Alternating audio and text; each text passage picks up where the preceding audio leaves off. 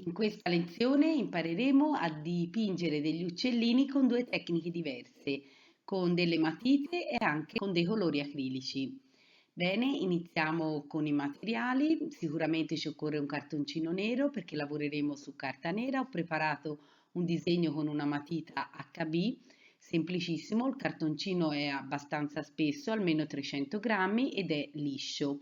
Poi ci occorreranno delle matite di varia durezza. Io ho scelto dei bianchi, ho scelto poi degli sfumini che tornano utili soprattutto se avete matite più morbide per poterli appunto fondere di più e sfumare il colore.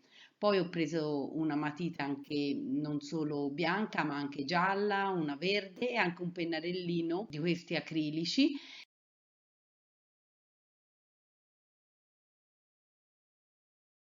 E questa buonissima della Luminance che ha un potere coprente il bianco sul nero molto forte rispetto diciamo anche a altre matite.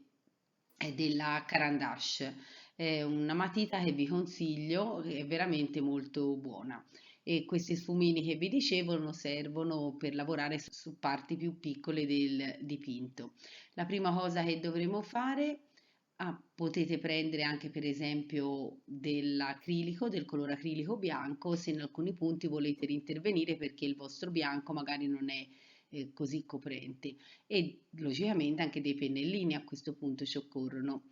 A questo punto possiamo iniziare il nostro dipinto ed è semplice. La prima cosa che dovete ricordarvi è di iniziare con piccoli tocchi di colore sempre più fatti con la matita, dando la forma logicamente delle piume, per esempio dell'uccellino, e lavorare, mi raccomando, sempre partendo da un tono più basso e intensificare poi sempre più.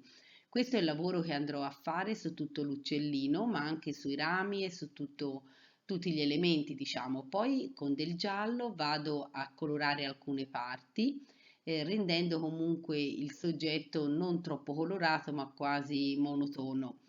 E vado sempre più poi con una matita più morbida a marcare quelli che sono per esempio i bianchi per rendere la volumetria, per far apparire diciamo dallo sfondo, dal buio, il nostro uccellino.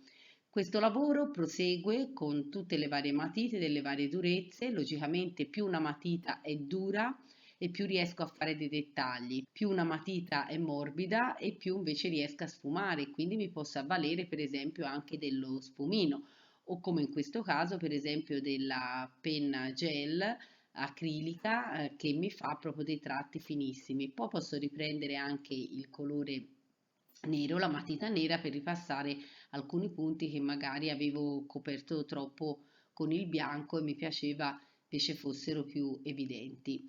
Poi posso decidere anche di rintervenire per esempio anche con altri leggeri colori, per esempio potrei fare anche un blu o intensificare con il verde in alcuni punti proprio per far uscire leggermente di più dal fondo il mio uccellino.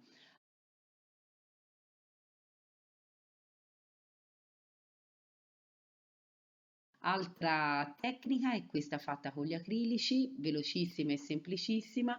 Mi devo avvalere a questo punto di una tavolozza, posso usare anche le gouache o le tempere e lì sopra io stenderò i miei colori e li rendo diluiti con dell'acqua. Vado a disegnare liberamente, io ho fatto dei rami, sto inventando logicamente.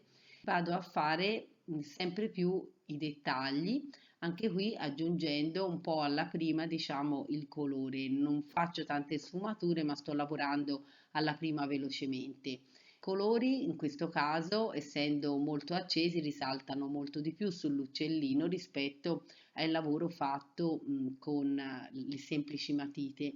Anche qui posso sempre intervenire, aggiungo per esempio una ciliegia e poi vado anche qui a rifinire con il solito pennellino della Jelly Roll, per esempio, posso andare sempre più anche qui a dettagliare, sempre più a dettagliare e anche con il pennarellino della Jelly Roll e ora ve li mostro a confronto. Grazie per avermi seguita, fatemi sapere quello che vi è piaciuto di più.